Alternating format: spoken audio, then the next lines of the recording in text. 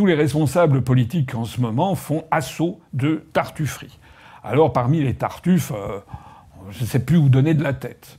Il y en a quand même un qui a particulièrement attiré mon attention ces jours-ci, parce que lui, il a quand même fait très très fort. C'est la tête de liste des Républicains, Monsieur Bellamy. Monsieur Bellamy qui est là, avec son apparence, n'est-ce pas, très respectable, des Républicains qui jouent les philosophes, qui jouent le responsable, etc. En fait, j'ai rarement vu un responsable politique aussi hypocrite. Alors on va regarder ça ensemble. Il y a eu, au cours des derniers jours, en particulier, un vote qui a été au Parlement européen, puisque M. Bellamy est membre du Parlement européen, et les députés ont voté pour ou contre la publication des contrats passés par la Commission européenne avec Pfizer. C'est quand même énorme. Vous savez que c'est un des scandales les plus énormes qui s'est produit au cours des dernières années. C'est lorsque Mme von der Leyen, la présidente de la Commission européenne, a passé des contrats avec Pfizer pour plus de 40 milliards d'euros et avec tout simplement un téléphone portable. Sans que le Parlement européen, sans que les députés européens, les parlementaires européens n'aient pu obtenir ni la composition des injections. On ne sait pas ce qu'il y a dedans. D'ailleurs, on n'est pas les seuls. Et ce qu'on découvre aux États-Unis fait froid dans le dos. C'est d'ailleurs la raison pour laquelle le Surgeon General de l'État de Floride a demandé l'interdiction des injections ARNM à la Federal Drug Administration des États-Unis. On va vers un scandale mondial sur ces questions.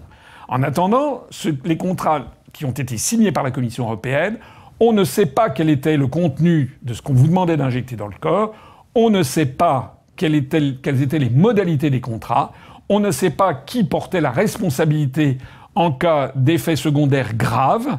Il est très probable que Pfizer se soit ingénié pour reporter de la charge sur les États, et pas sur l'Union européenne d'ailleurs, c'est-à-dire sur les contribuables.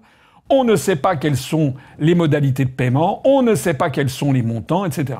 Donc, il y a eu, heureusement, un certain nombre de députés, de parlementaires qui se sont emparés de la question, notamment pas forcément des Français. En France, je l'ai déjà dit, je souligne parce que c'est vrai, moi j'aime bien la vérité, il faut reconnaître qu'il y a une parlementaire qui est Mme Virginie Joron, qui est membre du Rassemblement national, qui a fait son boulot. Voilà. Donc je ne suis pas membre du Rassemblement national, vous le savez parfaitement. D'ailleurs, on va voir que le Rassemblement national est une bande de faux culs de première. Mais sur ce coup-là, Mme Virginie Joron, c'est quand même quelqu'un qui a fait le boulot. Et justement, elle a suivi ça et elle a dévoilé le poteau rose que personne n'aurait peut-être regardé de près. Eh bien, c'est que on s'est aperçu que, évidemment, tous les députés macronistes ont voté... Enfin, évidemment, ils ont voté contre la publication de ces contrats. On a eu en fait une légère majorité de parlementaires européens qui ont voté contre le fait de transmettre à la population, au peuple d'Europe, le contenu de ces contrats scandaleux. C'est quand même incroyable. Après, on nous dit que l'Europe est fondée sur la transparence, l'état de droit, etc., la démocratie. C'est faux. C'est la pire preuve. Nous avons affaire à une dérive mafieuse et criminelle, et ceux qui ont voté contre la publication de ces contrats, en fait, soutiennent ce système mafieux et criminel. Alors, parmi ceux qui ont voté contre la publication, Renaissance, avec notamment ce groupe qui était dirigé par M. Séjourné, notre brillant nouveau ministre des Affaires étrangères, c'est Mme Loiseau, vous savez, qui est toujours là à donner des leçons de démocratie et à fustiger les complotistes, etc., qui a voté évidemment contre la publication. Mais ce qu'il faut savoir, c'est également tout le groupe LR, et y compris M. François-Xavier Bellamy. Donc M. Bellamy, qui est là, je suis personnellement attristé de savoir que des Français croient que ce monsieur et LR sont des gaullistes, qu'ils défendent les Français et la souveraineté nationale. Non, non. Maintenant, il y a un sujet majeur.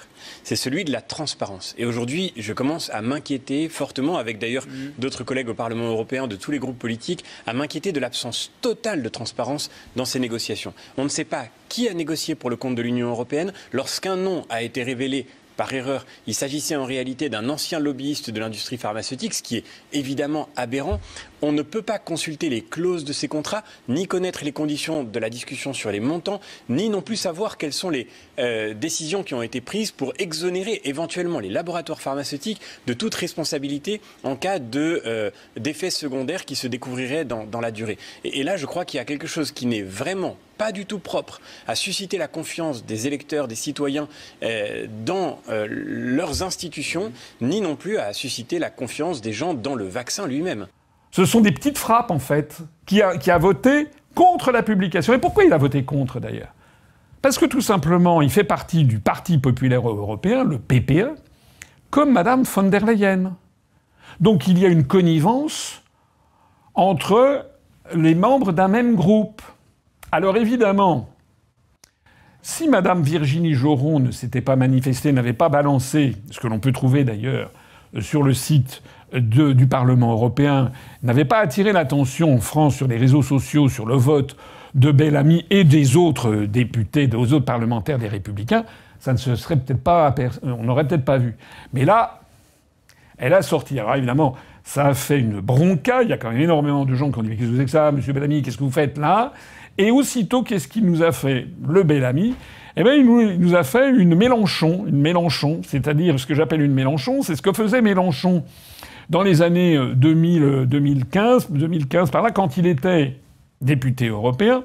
Mélenchon s'était fait une spécialité de voter tous les textes, enfin, pas tous, mais dans un certain nombre de cas, il votait des textes conformément aux intérêts des plus grands groupes financiers, etc., c'est-à-dire le contraire exact de ce qu'il aurait dû faire, dans un premier temps. Et dans un deuxième temps, il expliquait qu'il s'était trompé de bouton. Alors quand on regarde au Parlement européen, il y a quand même deux boutons très séparés. Il y a le bouton vert et le bouton rouge, pour être quand on est pour ou quand on est contre, le bouton 0 quand on s'abstient. Donc il faut vraiment le faire, quoi. Et quand on est un parlementaire chevronné et qu'il y a un sujet qui est éminemment important, on fait quand même attention, bien sûr. Voilà. Donc, M. Mélenchon s'était fait cette spécialité de voter ce que souhaitait l'oligarchie, qu'il sert discrètement, et ensuite, devant les protestations, de dire « Ah non, je me suis trompé de bouton, je corrige mon vote ». Et l'arnaque qu'il y a derrière, c'est que lorsque vous corrigez votre vote, vous pouvez le faire savoir, c'est mentionné au procès-verbal, mais ça ne change pas le vote de départ. Voilà. Alors, j'ai eu l'occasion de le dire. Il y avait même eu un article de fact-checking à mon encontre sur Libération. Vous voyez d'ailleurs ici les preuves. Eh bien, l'article de fact-checking avait été obligé de me donner raison parce que, ayant été invité à parler à l'époque par Madame Natacha Polony, j'avais fait savoir que Monsieur Mélenchon s'était trompé 266 fois de bouton. Alors, une fois, ça peut arriver, deux fois, 266 fois, là, ce ne sont plus des coïncidences, c'est un système de gestion, c'est-à-dire en permanence se foutre de la gueule du monde et en particulier de ses électeurs.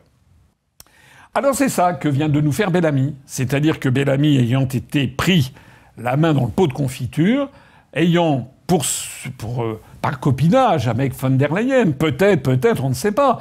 La discipline de groupe de LR a peut-être été négociée avec Pfizer. Rien n'interdit d'imaginer qu'on y a pu avoir de la concussion ou de la corruption. Je ne dis pas que c'est sûr, mais je dis que c'est une hypothèse. Et certains qui diront « ça c'est du complotisme », je dis non.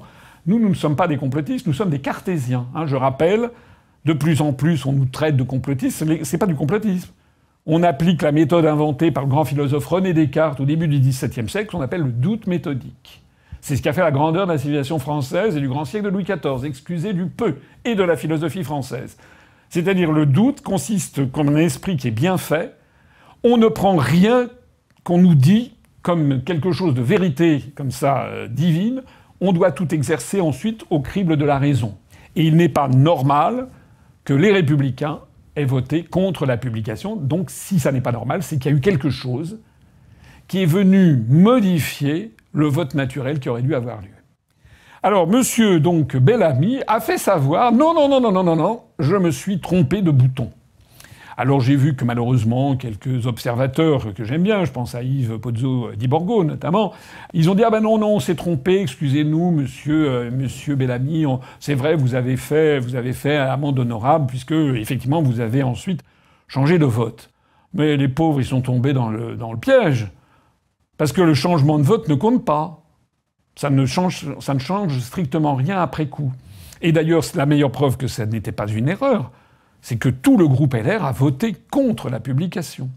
Donc en fait, il y a non seulement un mensonge, une trahison des électeurs en votant contre la publication, mais ça se double d'une tartufferie en faisant croire aux électeurs qu'en fait, il s'est trompé.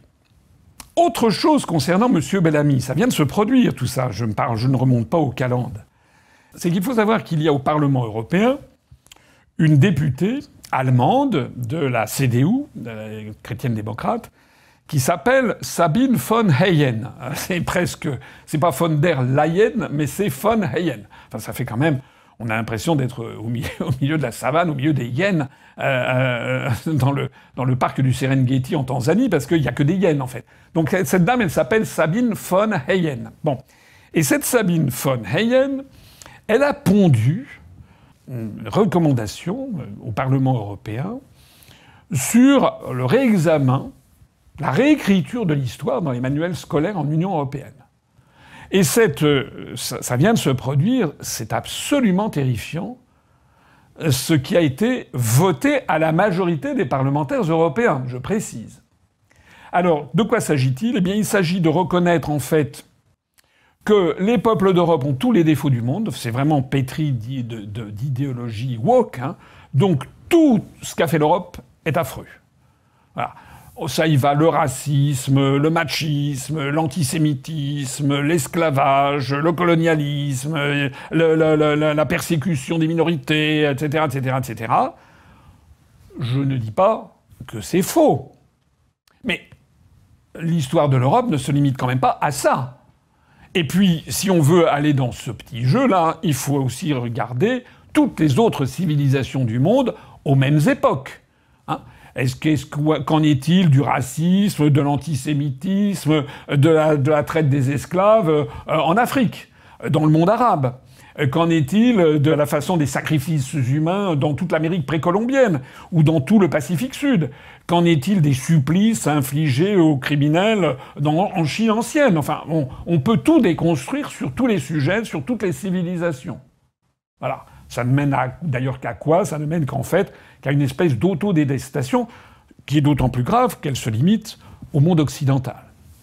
Et donc, Madame von Hayen, à partir de ce constat épouvanté et épouvantable, sans préciser que l'Europe a également apporté des choses extraordinaires à l'ensemble du monde, notamment les progrès techniques, la philosophie, les sciences humaines, les progrès médicaux, les inventions, les grandes inventions, les grandes découvertes, l'amélioration de la santé des êtres humains, dont bénéficient d'ailleurs à plein justement toutes les autres populations de la Terre. Hein, les antibiotiques, c'est d'ailleurs ce qui explique la baisse relative du poids démographique de l'Europe par rapport au reste du monde. Enfin, l'Europe n'a pas fait que du mal non plus.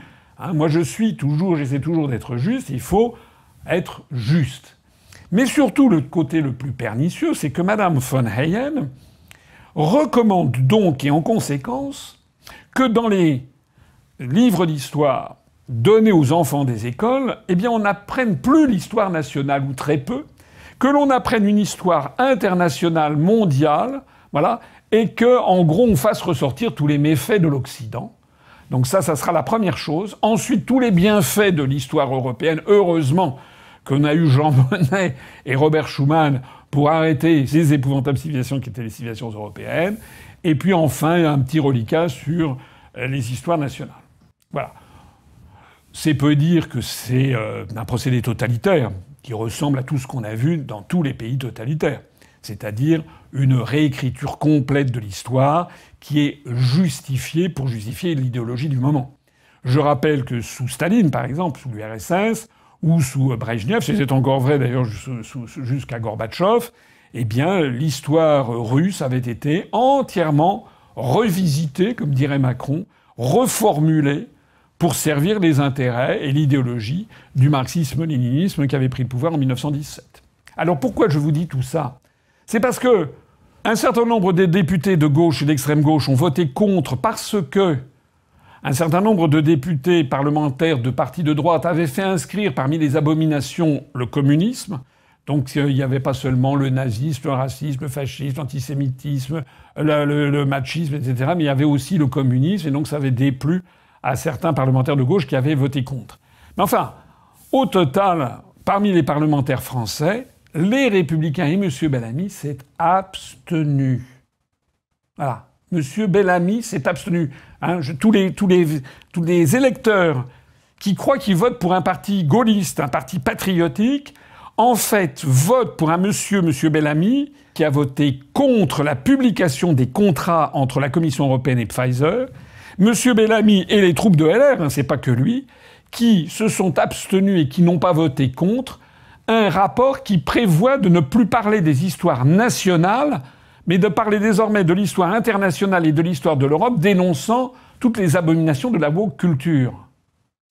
Alors après ça, M. Bellamy va aller se répandre sur les grands médias français en se plaignant, en prenant la posture, une espèce de posture un peu néo-versaillaise, un peu conservatrice, regrettant qu'on n'apprenne plus l'histoire, etc. Mais c'est une hypocrisie comme ça, je ne sais pas si vous avez déjà vu ça.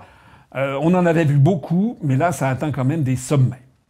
Et d'ailleurs, pourquoi est-ce qu'ils ont fait ça? C'est comme pour l'affaire des contrats Pfizer. Si en fait ils n'ont pas fait ça, ils ont dit que c'est parce que ils voulaient pas voter contre comme les parlementaires de gauche. Enfin ça c'est des fausses raisons. Fondamentalement ils ont fait ça pourquoi?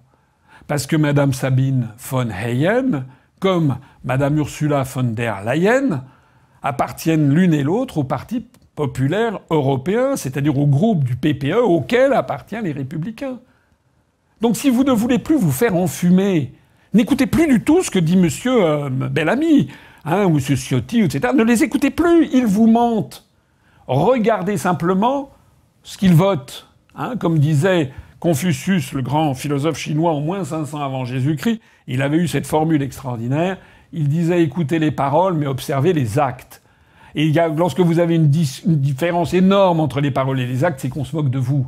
Si toutes les personnes qui vont voter pour LR vont voter pour en fait un parti qui appartiendra au groupe du Parti populaire européen à partir de juin 2024 comme actuellement et qui soutiendra tout ce qui est la démolition de la France. C'est ça la vérité.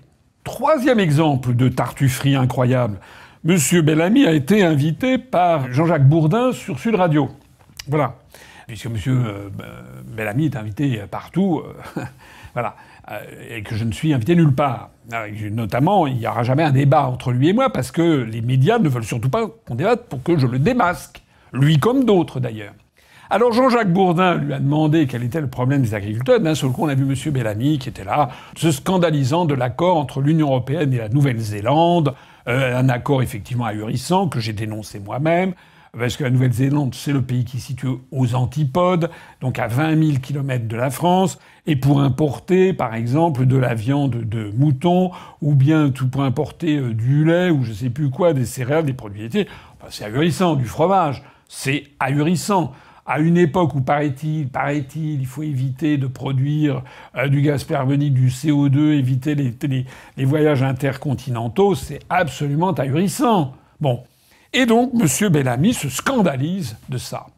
Oui, mais M. Bourdin aurait pu faire son métier de journaliste.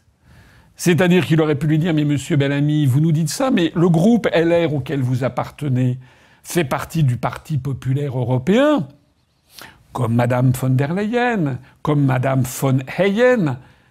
Et 98% de ce groupe a voté pour cet accord entre l'Union européenne et la Nouvelle-Zélande. Donc vous vous moquez de nous. Parce qu'en fait, LR, dans votre dos, est d'accord avec ça. Alors, on va pas multiplier ici à l'infini. Si on pourrait dire aussi, j'ai vu que M. Bellamy dénonce les normes européennes qui sont scandaleuses vis-à-vis de l'agriculture ici et ça. Bon, il n'a pas tort. Mais enfin, qu'est-ce qu'il fait contre ? Ça fait quand même 5 ans qu'il est à la tête du groupe LR au Parlement européen. Qu'est-ce qu'il a fait contre? Et est-ce qu'il propose de sortir de l'Union européenne? Pas du tout, il propose d'y rester. Donc vraiment, j'insiste ici auprès de tous les électeurs des Républicains, ne vous faites pas encore une fois avoir. Je ne voudrais pas d'ailleurs que l'on considère que LR, se limite uniquement à M. Bellamy et puis au groupe des députés et des parlementaires européens. Il y en a d'autres. Hein. Il y en a un certain nombre qui sont là, qui dénoncent les normes européennes. J'ai vu par exemple que M. Vauquier a convoqué récemment le banc et l'arrière-ban d'un certain nombre de chefs d'industrie de sa région. Et il a expliqué les 100 jours, ce que seront les 100 jours après son élection à l'Élysée. Voilà. Que bon, pourquoi pas, il a le droit de candidater. A priori, il n'est pas le favori des journaux. Et d'ailleurs, la presse n'est pas sympathique avec Laurent Wauquiez. Et systématiquement, la presse lui taille des croupières. La presse est beaucoup plus sympathique, bien sûr, avec M. Édouard Philippe ou M. Gabriel Attal, que l'on nous présente désormais comme un nouveau génie. Paraît-il qu'il travaille 47 heures par jour, il ne dort pas la nuit, il n'a pas dormi depuis 2 ans et demi, il travaille que d'arrache-pied, c'est un géant, un intellectuel géant. Bon, de mauvaise langue, on fait savoir ici ou là qu'en fait, tous les diplômes dont il s'est prévalu seraient bidonnés. En fait, il n'aurait pas vraiment été diplômé de Sciences Po, il n'aurait pas vraiment fait son master. Tout ça aurait été fait par la bande, un petit peu comme le fils de Madame Oudéa Castéra, qui a obtenu des passe-droits pour tirer son épingle du jeu dans cette espèce de parcours du combattant absolument scandaleux qui s'appelle Parcoursup. Bon, je referme la parenthèse. Enfin, en attendant, M. Wauquiez, il est parti en guerre contre les normes.